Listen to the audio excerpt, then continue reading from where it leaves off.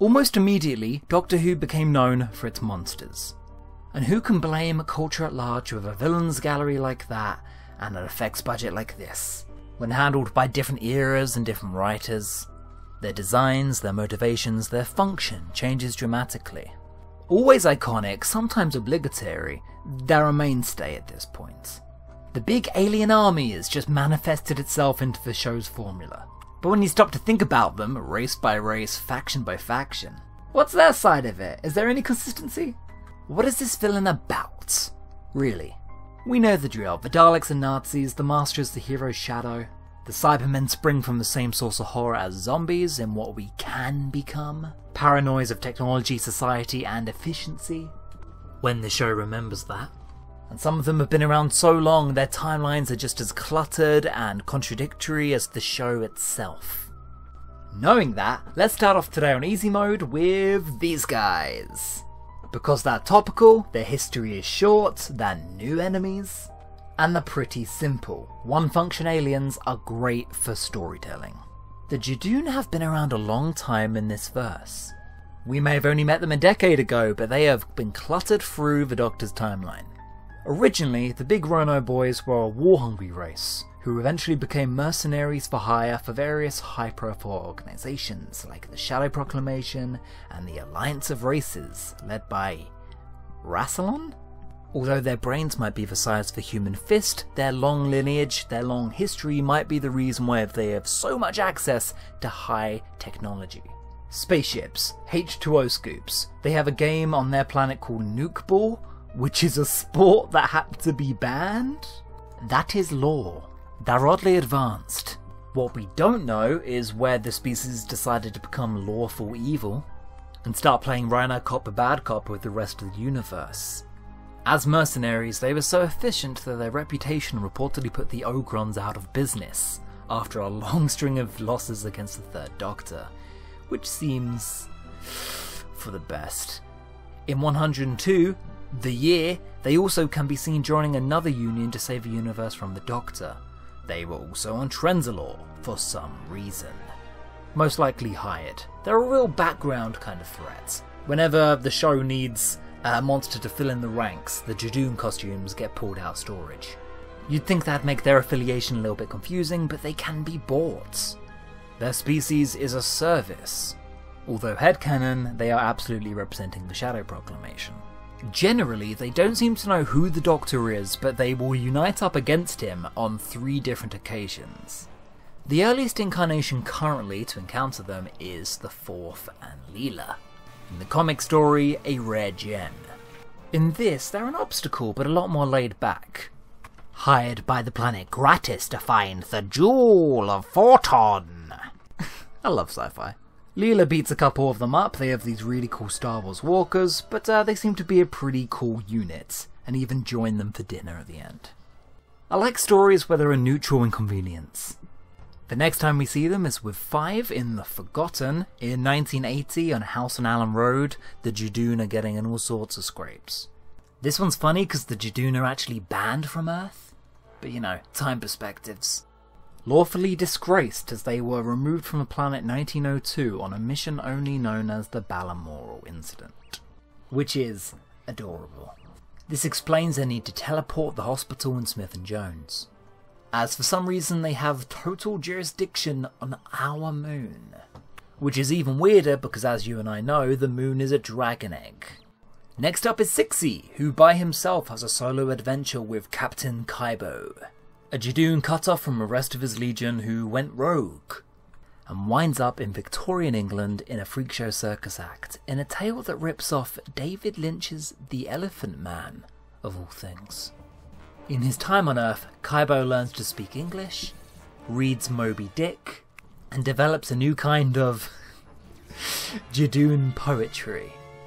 And in Bizarro canon, the Borg, from Star Trek's The Borg, assimilate the entire Judoon species along with practically every other race.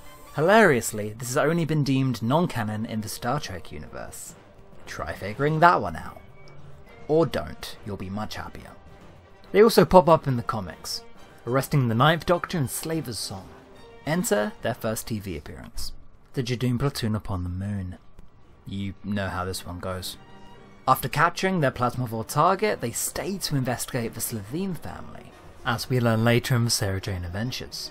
This then leads us to a series of run-ins with Sarah Jane Smith. In Prison of the Judoon, the lone commander Tybo is sent to hunt down the series' worst returning villain, and bans Rani and Clyde from interplanetary travel for obstructing the cause of justice. In defending Banman Road, someone else from her villains gallery makes their own private army of Judoon from DNA? He grew Judoon? Here they are in the lineup attacking the streets in the series' intended finale. Later in the Tenant Years, he battles them with Sir Arthur Conan Doyle. It's a book for children written by the Terrence Dicks. Yeah, Dicks wrote the Judoon. But they do come across as just straight villains in this. Nothing lawful about that. In 1 Mile Down, Donna actually meets the Judoon before the events of the Stolen Earth, something that Rusty Davis signed off on. Because it's innocuous, she reacts to the fact the Doctor's speaking the language and who cares? In the underwater city of Valarasi, the Judoon are hired to protect the historical sites, and end up destroying every single one of them. Bad Judoon. Naughty Judoon. You wouldn't catch the Ogrons doing that. They can't do anything. In this story, it's also revealed that you can get them for cheaper rates if you buy a Junior Corp. In this one there's a baby Junior Judoon, and he's just like, glow. I love him dearly. There's no image of him, he's an audio construct, but I have drawn him here for your entertainment. 11 has a couple encounters with them, introducing Amy and Rory, but mostly they're background fodder. Here's one in different armour. I don't know what to do with that information. We do know that the Doctor calls in a favour, or maybe even hires them, for the Battle of Demon's Run. Which, if I had to put on my headcanon hats, I would say these are the platoon from Revenge of the Judoon. Jump forward to Whitaker's era, who's already met them a couple times. In the Rhino of 23rd Strand Street, there's just one at the bottom of a little Irish girl's garden, with a mysterious woman appearing at the end to send him home. And then most recently, Fugitive of the Judoon, in which the Judoon from our universe, maybe, are hunting down the Doctor. Probably. This time under the employment of the Time Lords? I scratch my head, Chibnall. Regardless, our first female officer is a little bit more cautious and definitely scared of their employer. There's not a lot to say about Red Herring of the Judoon. They are not the focus of their own story. And that brings us up to date. My favourite Judoon story is... Judgment. A BBC novel by Colin Brake. In this, the 10th Doctor and Judoon Rock Ma go detective on the streets of New Memphis. It's a great sci-fi story as we get trapped in between gang wars and private eye mysteries, eventually ending with the newly redeemed Rock Ma staying on New Memphis with a new way of justice revealed to him. Resignation confirmed. Apart from background cameos, we also know that one of them had a room in the God Complex, some of them wind up in Mee's Trap Street, and somehow the tortured Hub get their hands on a Judoon gun. So that happened off screen. In the far future, in 2 different continuities, the Judoon wind up mass converted by the Cybermen in one, and form a corrupt partnership in the other. So next, what's the point of those Rhino men from Judoonia? They are fairly one-note villains. They are very much a functional species who are there to help the plot along. I find it odd how dependent the Series 12 marketing was on these guys, because they're nobody's favourite baddies. And if anything, their inclusion feels like recycled pandering from the Davis era.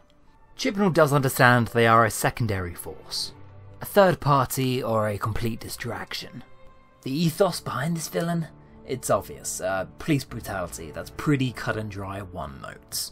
But interestingly, with all the good guy Judoon we've seen in expanded media, I find they're only thuggish and villainous in numbers. When you isolate one Doon away from his pack, you see that they're equally as capable of individual thought, politeness, fondness, humour, and writing haikus as any other species. It's a little weird and confused how they're a legally sanctioned species of grunts, Like, are you police or are you mercenaries? You can't really be both.